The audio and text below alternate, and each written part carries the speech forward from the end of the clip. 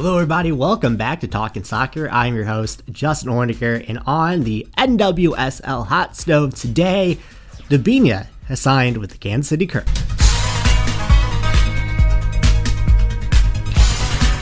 It's something that no one saw coming.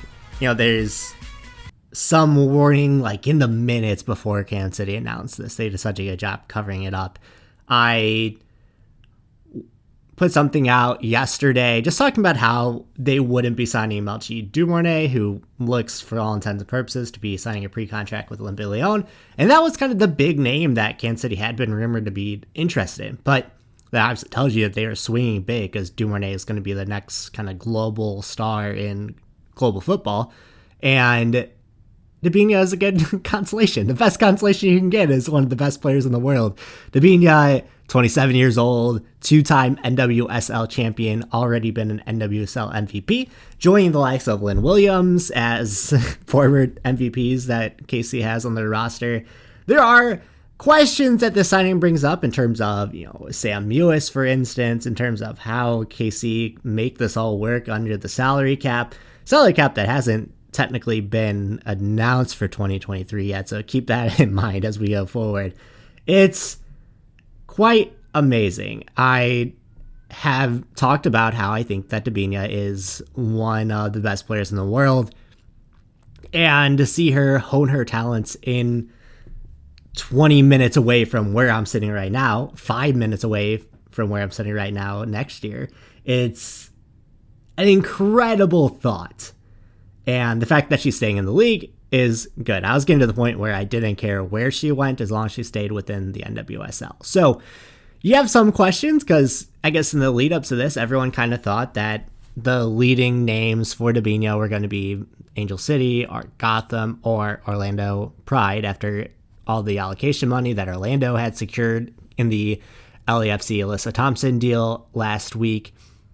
With the draft coming up, everybody thought that, there would be some wiggle room around that. And then you had your Olympique Lyons and your Arsenals of the world trying to make that signing as well. So Kansas City are beating out, the global powers of soccer because of what they're building in Kansas City. Arsenal were already doing their victory lap. So it's nice to see that her get, I don't know, I have thoughts. But you're looking at what Kansas City are building, and they say it in the press release that Debinha is coming not just because she wants to be part of a competitive team, which could be argued that North Carolina isn't that anymore with the direction that they've gone the past 2 years. Kansas City making the final last year appears to have made a large impact on a lot of these signings that they're making. So they're strengthening a roster that made it to the NWSL final.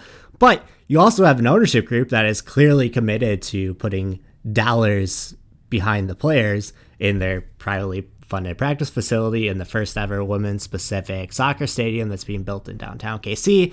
Like I said, a 15-minute walk away from my house here in downtown. So it's really refreshing to see that, if you build something sustainable, if you build something with hype and interest behind it, that it doesn't matter if you're in Kansas City, which is a mid-major market for every intent of the word. This is not a large city. It's definitely a mid-major city, but it doesn't matter if you have excitement behind the team. They're going to have their very own 15,000-seater stadium.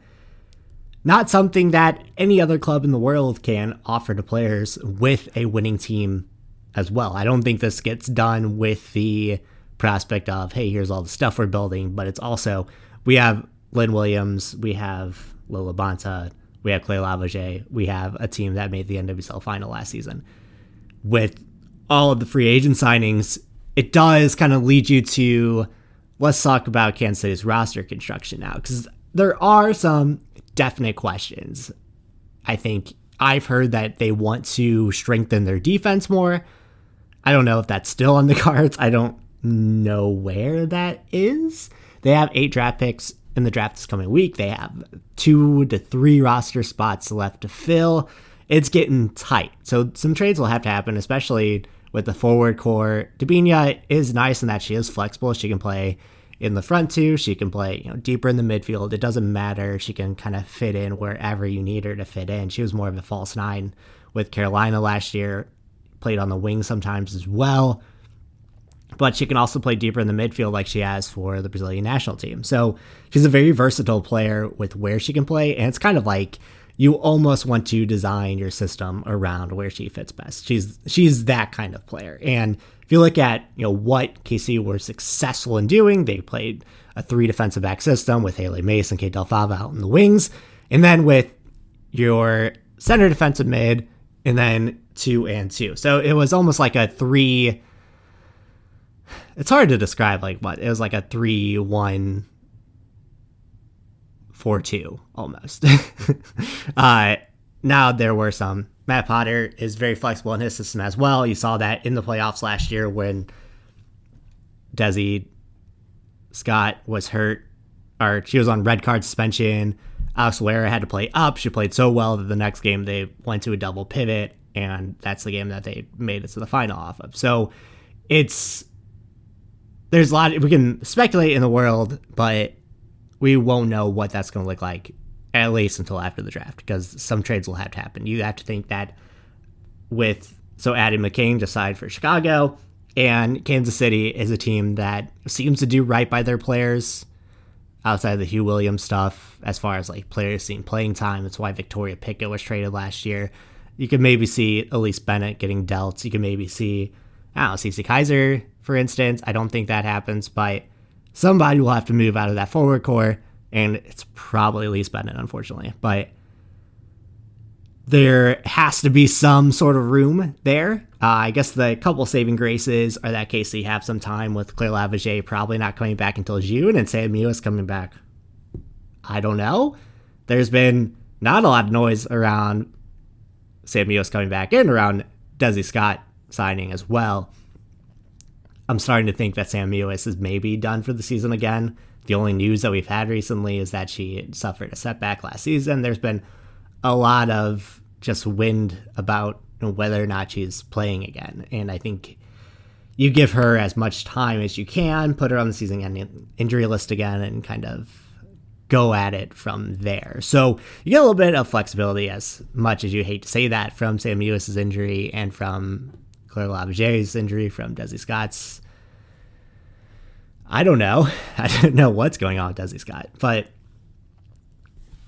for all those questions, those are ancillary questions to this is a completely solid roster. Not only do you have some of the best attackers in the league, you have some of the best midfielders in the league, you have one of the best goalkeepers in the league, you have a young defensive core that grew a lot last year. Haley Mace and Kate Del Fava both grew a lot last year. It's going to be a really good team again. Now you are competing for the Challenge Cup at the same time as you are the regular season. I think that's the statement of intent, that they want to be able to have that flexibility to rotate the squad. So that's kind of where the current are as now. With the Debinha signing, where does that leave Orlando City, who now have a gaping hole in their roster that I think they were making a pretty big ploy to sign Debinha, especially with Marta coming back. They have a lot of allocation money, a lot of roster spots to make some moves there. The draft is coming up in a couple of days, and I think there are a lot of questions around the league just in terms of where players are going to fit in, as well as there's a lot of money still on the table. So I think we're going to see some fireworks, especially with the Alyssa Thompson signing happening. This is a really good draft as well. A lot of, Kansas City have 8 picks coming up, so there's going to be a lot of movement the next couple of days. This is not the last NWSL Even Women's Soccer video you'll see from me this week. It's going to be an exciting week, so let's sign off there. What do you think about Debinha signing with the Kansas City Current? Are you as excited as I am? At the very least, that she's staying in the NWSL. It would have been very sad to see her go somewhere else. She is just that kind of player, that exciting of a player, and it's just good news, everyone. So if this is your first time coming along, make sure that you subscribe, give me a thumbs up. Again, let me know what you think about the signing. Let me know who you want to see the Orlando Pride sign, and we'll go on from there. So we'll talk real soon, everybody.